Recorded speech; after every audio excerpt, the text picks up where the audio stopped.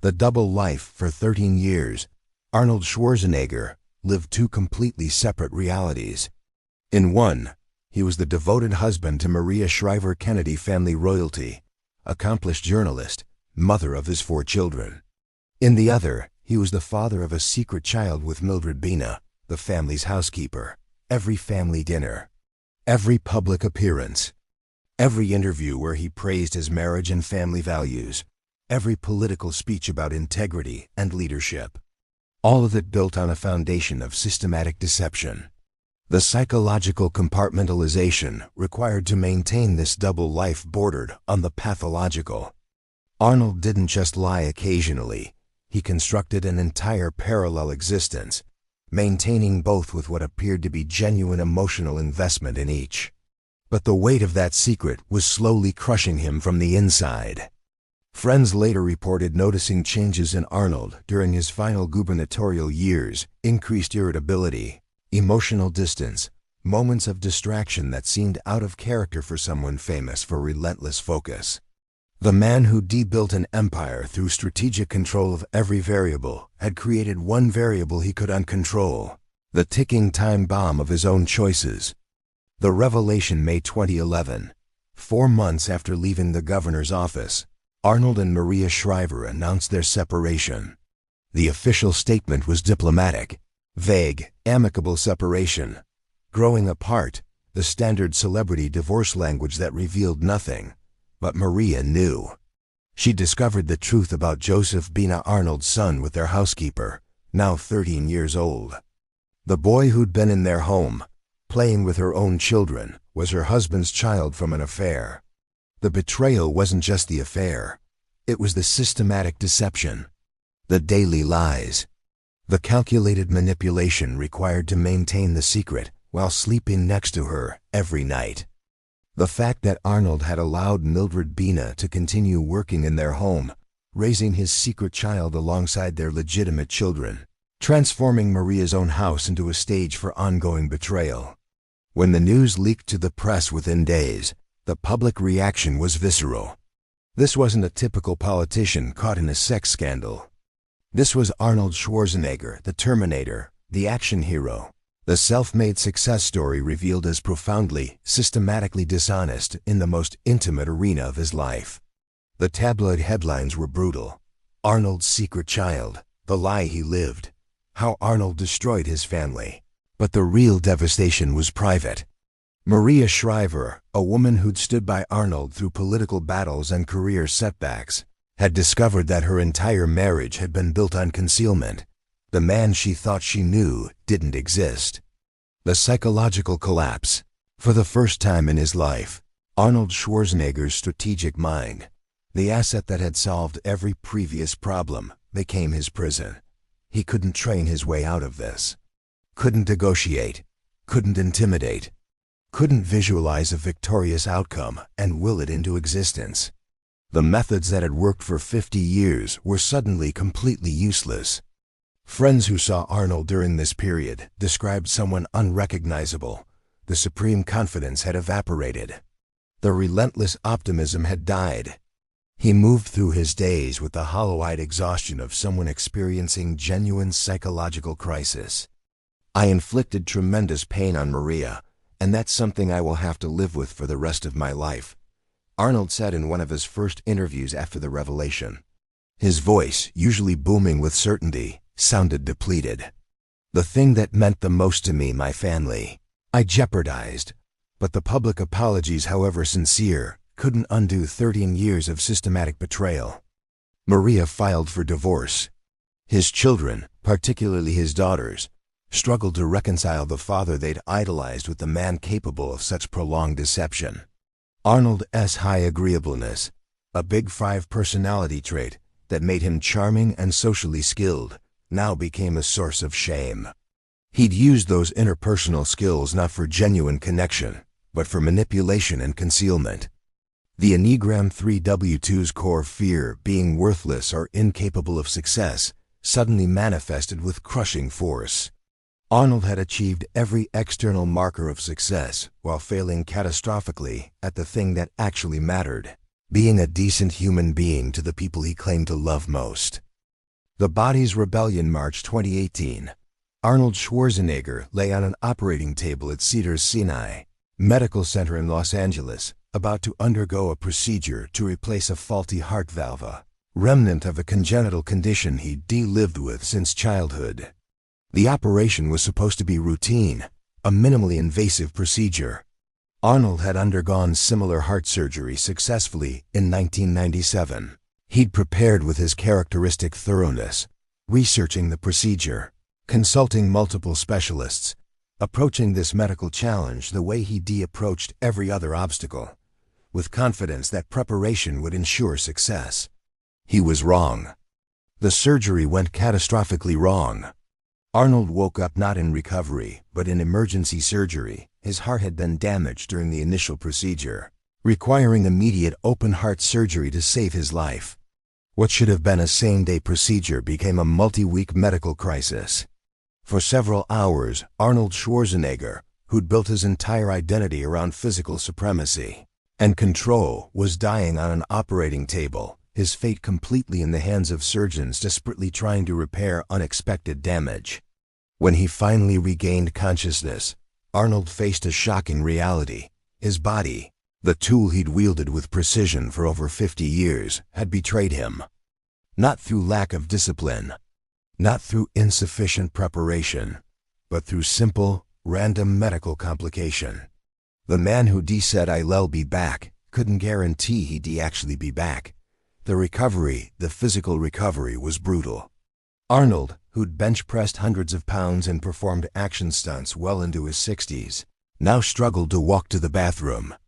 His chest bore a massive scar from the emergency surgery. His body, which had always responded predictably to training, felt foreign and uncooperative. But the psychological impact was even more devastating. For the first time, Arnold confronted genuine mortality, not as abstract concept, but as visceral reality. He'd nearly died. Not heroically in some action sequence, not dramatically while achieving something significant, but alone, unconscious, helpless. All the success, all the achievement, all the strategic brilliance that had defined his life, none of it had mattered when his heart stopped working correctly. The emperor of willpower had discovered willpower's ultimate limitation. His children visited during recovery. The conversations were awkward, strained by years of unresolved pain from the affair revelation.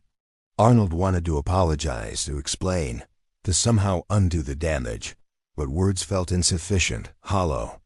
When you're lying in a hospital bed, unable to even stand up by yourself, you realize what actually matters, Arnold later reflected. And it's not the movies you made or the competitions you won.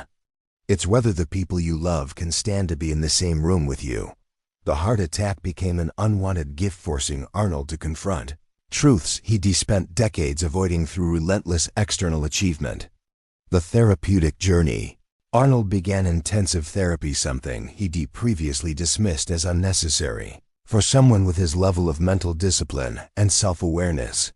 But the affair revelation and heart surgery had shattered his self-perception.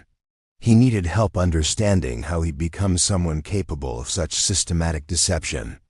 The therapeutic process was humbling. Arnold discovered that his legendary focus and compartmentalization, the skills that had built his empire, were also defense mechanisms that allowed him to avoid uncomfortable emotional truths. He could ignore his marriage problems by focusing on work, could avoid confronting his behavior by directing attention toward external achievements.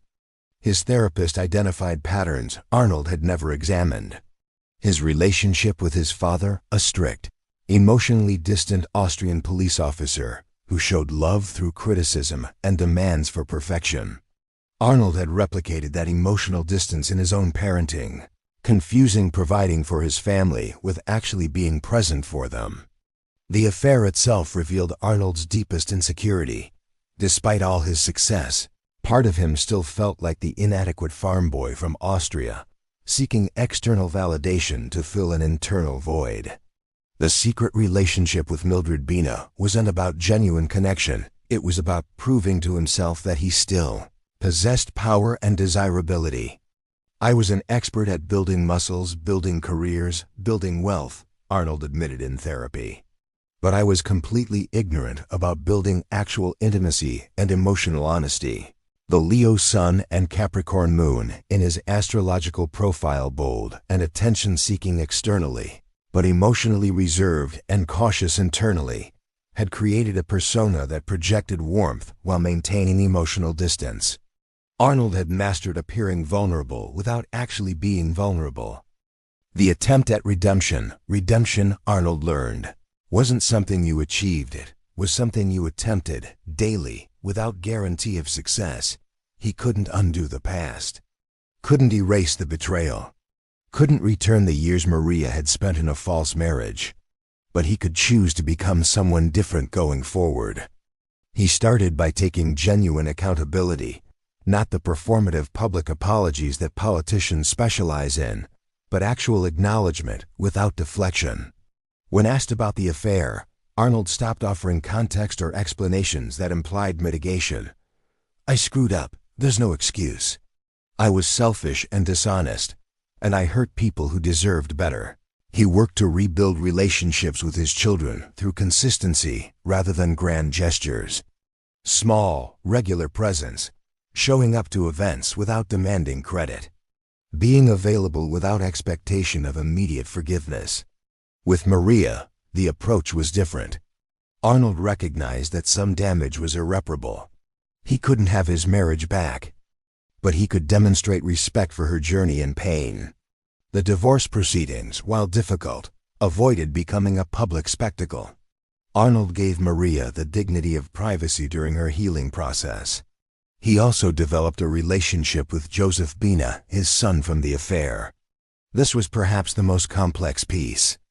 Joseph was innocent, a child who'd done nothing wrong but who carried the visible reminder of Arnold's betrayal. Arnold chose to be present as a father while also acknowledging the pain his relationship with Joseph caused his other children. Being Joseph's father doesn't erase what I did to my family, Arnold explained. But abandoning him would create another victim of my mistakes. I have to live in the complexity and accept that some people won't understand or forgive my choices. The activism pivot, unable to control his family narrative, Arnold redirected energy toward external impact, environmental activism, fitness advocacy, and political commentary.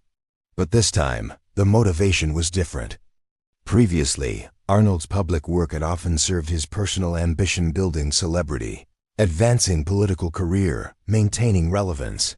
Post-scandal, his activism became less about Arnold Schwarzenegger and more about using his platform for actual impact. He became a prominent voice on climate change, using his action hero persona to make environmental policy accessible and compelling. If we can send a guy to the moon, we can save the planet, he'd say, framing environmentalism through optimistic, achievable narratives. He launched fitness initiatives for youth, recognizing that his own relationship with physical discipline, while extreme, had saved him from worse self-destructive impulses. He spoke openly about the mental health benefits of exercise, breaking typical action hero stereotypes about emotional invulnerability. Most surprisingly, Arnold started speaking honestly about his failures. In interviews, speeches, and social media, he discussed the affair, the deception, the cost of his choices. Not to generate sympathy, he explicitly rejected that, but to serve as cautionary example. Young guys come up to me wanting advice on success, Arnold said during one university speech. I tell them about discipline and vision. But I also tell them that if you build an empire while destroying your family, you've failed at what actually matters. Learn from my mistakes, not just my victories. This vulnerability was new territory for Arnold. His entire brand had been built on invincibility. Admitting weakness, accepting permanent failure in areas that couldn't be fixed, these didn't fit the Terminator persona. But Arnold was learning that true strength sometimes meant abandoning the performance of strength. The unexpected bond. One of the strangest developments in Arnold's redemption journey, his growing relationship with Joseph Baena, the son from his affair, the living reminder of his greatest personal failure, became a source of unexpected joy and purpose. Joseph, remarkably, harbored little resentment toward Arnold. He'd grown up knowing Arnold was his father, but understanding the complicated circumstances. As he entered his 20s, Joseph pursued bodybuilding and acting, following directly in Arnold's footsteps. Their gym training sessions together became public, documented on social media. Critics accused Arnold of hypocrisy, celebrating the child while the pain he'd caused his legitimate family remained unhealed. But Arnold's perspective had evolved beyond caring about optics. Joseph didn't ask to be born into this situation, Arnold explained. He deserves a father who shows up. What other people think about that is beyond my control. The relationship revealed Arnold's capacity for compartmentalization in a new light. The same trait that had allowed him to deceive Maria now allowed him to be present for Joseph without that relationship being poisoned by guilt. Whether this was healthy psychological adaptation or further evidence of emotional dysfunction remained debatable. His other children's reactions varied. Some maintained distance. Others gradually began rebuilding bridges, not because they'd forgiven, but because they decided having an imperfect father in their lives was better than having no father at all. The second heart surgery. Arnold required another heart surgery, this time a planned procedure to replace the valve that had been installed during the emergency 2018 surgery. The COVID-19 pandemic complicated everything, but Arnold couldn't delay. His heart function was declining. This time, Arnold approached the surgery differently. No bravado. No public performance of confidence. Just quiet preparation and acceptance that once again, he'd be completely vulnerable and dependent on medical professionals. The surgery went successfully.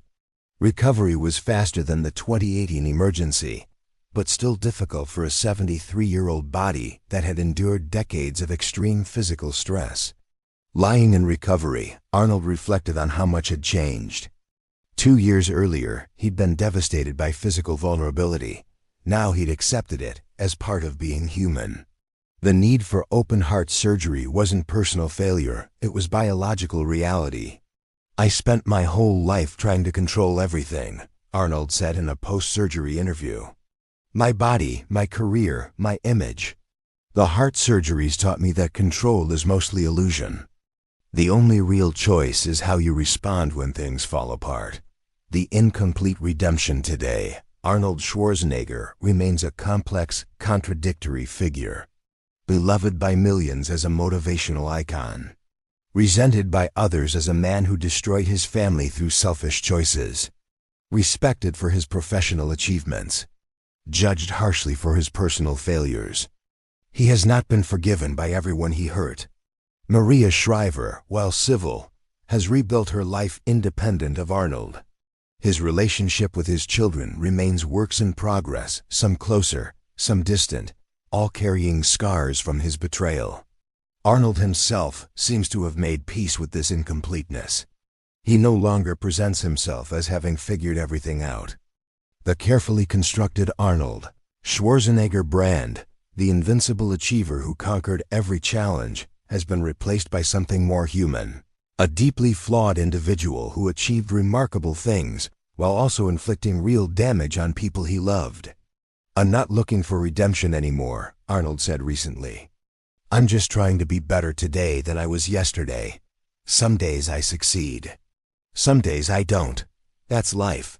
His darkest chapter, the revelation of systematic betrayal, the near-death heart emergency, the painful journey toward accountability, didn't produce a neat redemptive arc. Life rarely does. Instead, it produced something more valuable: humility. The understanding that no amount of success protects you from the consequences of poor character. That you can build an empire and still fail at being a decent human being. That redemption isn't something you achieve and announce. It's something you attempt, daily, for the rest of your life, knowing you might never fully succeed.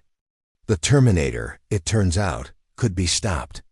Not by external enemies, but by the internal contradictions of being human, vulnerable, flawed, capable of both greatness and profound harm. Arnold Schwarzenegger built an empire. But his greatest achievement might be something simpler, accepting that some things he broke can never be fully repaired, and choosing to keep trying anyway. That's not the ending he visualized as a 15-year-old in that Austrian movie theater. But it might be the only honest ending possible.